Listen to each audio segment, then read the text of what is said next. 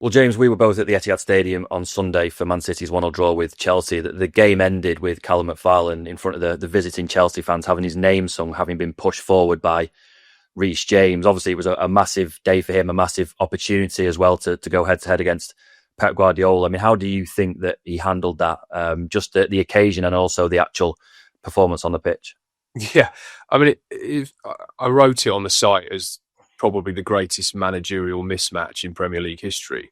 When you look at the guy in the opposite dugout, Pep Guardiola, who's won 12 league titles, 16 domestic cups, 3 Champions Leagues, and then this guy who was on his way to a Windsor Light show with his family when he was told he was going to be Chelsea manager. I mean, it's yeah, the contrast was unbelievable. And I actually thought, although he said he wasn't nervous, I thought he really grew into the occasion, actually, as Chelsea did. I thought he looked quite sheepish early on. I think, you can understand it. I mean, he sort of said in his pre-match press conference, which obviously he was thrust into again at the last minute. He'd just taken his first training session. He'd been introduced to the players that morning, and then suddenly he's in front of the world's press, having to sort of explain why Enzo Maresca's left and the mood around the place and what might come next. I mean, it's very, very difficult for him.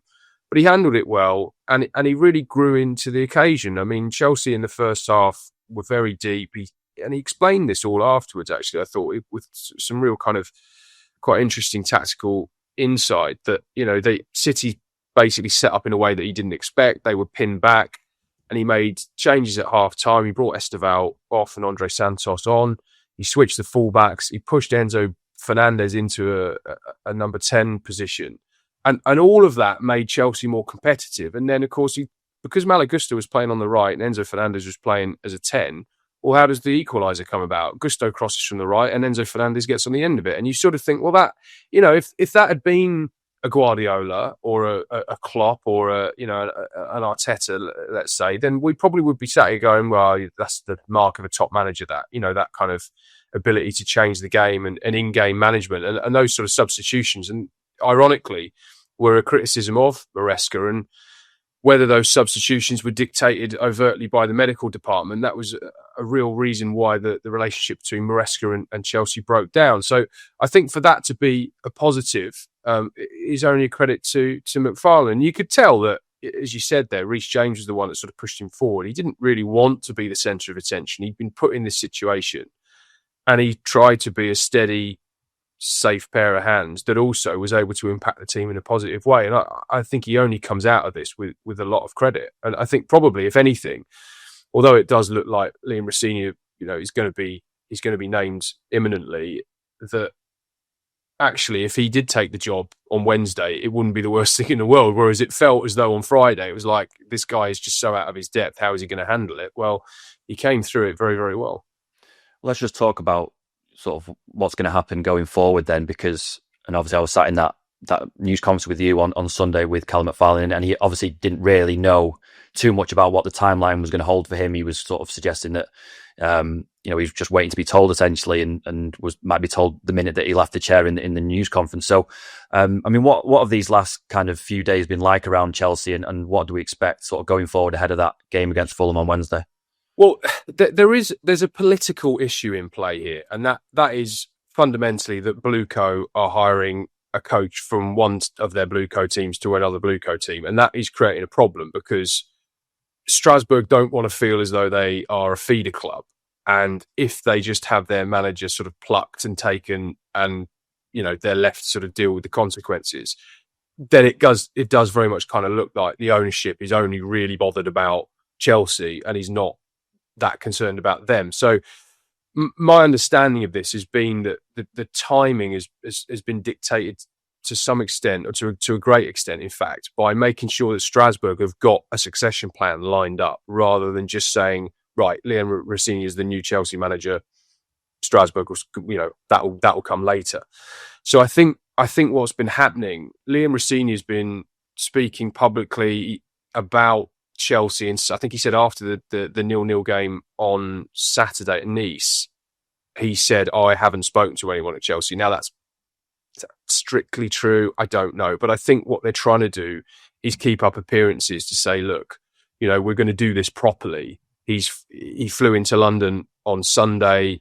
He's then on Monday having those formal, proper talks. That's what I think he's referring to. He's trying to say, look, I've not discussed this job in detail.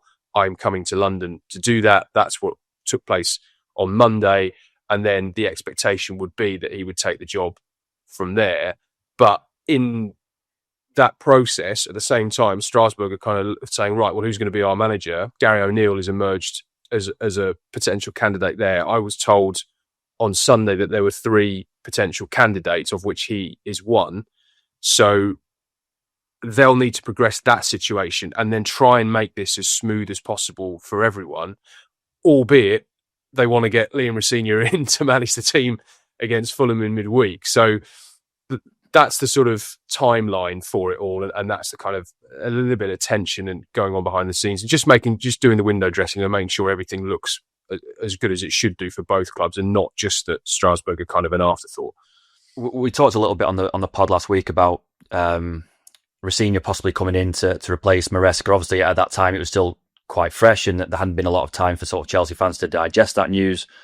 I suppose his appointment is very in keeping with appointments that Chelsea have made in the past in terms of a young coach who they're going to look to kind of progress the team and the squad.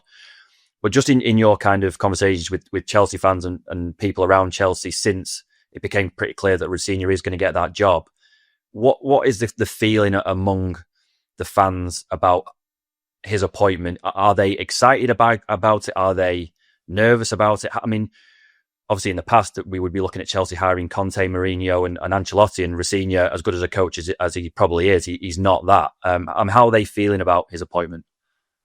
Yeah, I'd say it's mixed, because I think there was Maresca never really was taken to the heart of the fans. They never really warmed to him. They did sing his name. I remember they sang his name not that long ago, actually, at Cardiff when they won in the EFL Cup.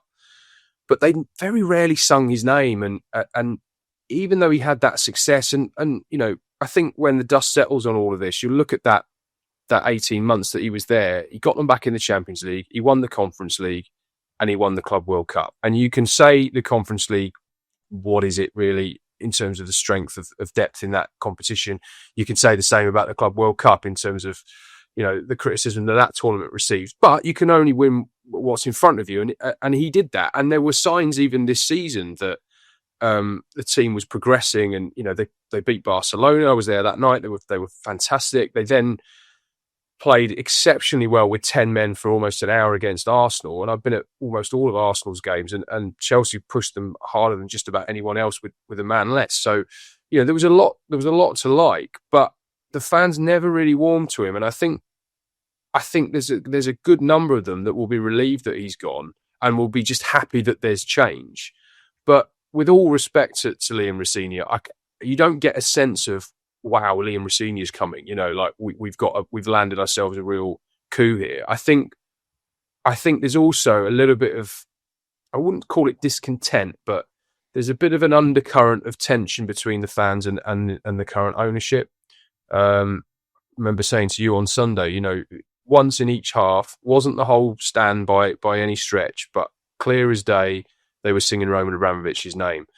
And the reason they're doing that is because and we can talk about the issue around Abramovich and his ownership. We can talk about that. You know, that's part of that. But in terms of the football side of it, they knew what they were getting. They were getting a win now, ruthless culture. The manager, it was a revolving door of managers, but that team was set up to win at all costs. And that's the Chelsea that they know. And they're not really sure what this Blueco Chelsea era is. We've seen the dramatic turnover of players, of managers, the long contracts, to players, but also all of the 5 sporting directors, the whole kind of structure. And it takes time to put that in place and for that to yield results. And some will argue that they were starting to see those results under Maresca, and now, of course, he's gone, so where do they turn next? So I think there's a bit of an identity issue there. So because I think they accept that this is the way that Blueco are going to run the club, and they've had some success, so there's not a mutiny by any stretch, they still need to be convinced that getting a young man in to who's relatively inexperienced, who's prepared to accept the constraints of the role and then try and grow with it, yeah, they're on board with that, but they're going to need to see something from him fairly quickly. Otherwise, there's going to be this sort of ambivalence that there was with Maresca. And I think, from speaking to people about Liam Rosenior, he is, by all accounts, a very good communicator. He's very effective. He's very warm. He's endearing. That'll help him. We've obviously been talking a lot about Ruben Amorim, and that helped him to an extent at United. I think Rosenior will need that, because he will need to win over a section of those fans who are maybe a bit sceptical and would hark back to the days of getting a big name to come in and fix it and win now. Just one final one then before we sign off for this week. I mean, what does the rest of this season look like for Chelsea? Obviously, we were both there on Sunday, and aside from anything that's happened with the manager, they're obviously a very, very good football team who, in the second half against Man City, matched them fairly well and probably deserved their goal. Obviously, the kind of the noise around the manager's position and the upheaval that causes won't help. But what does the rest of this season look like for Chelsea and their aims? Well, the expectation is Champions League.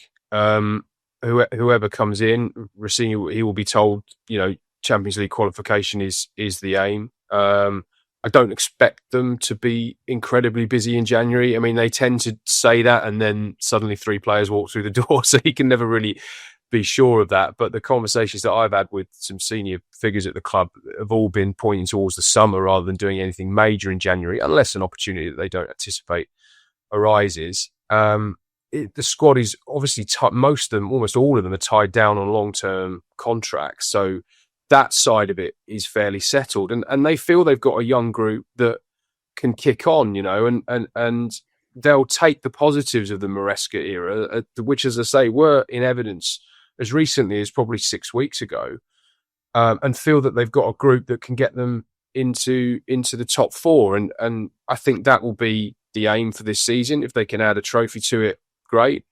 That's what Chelsea habitually used to do anyway. Even during the tumult, they just pick up a trophy and suddenly they've got something to show for that season.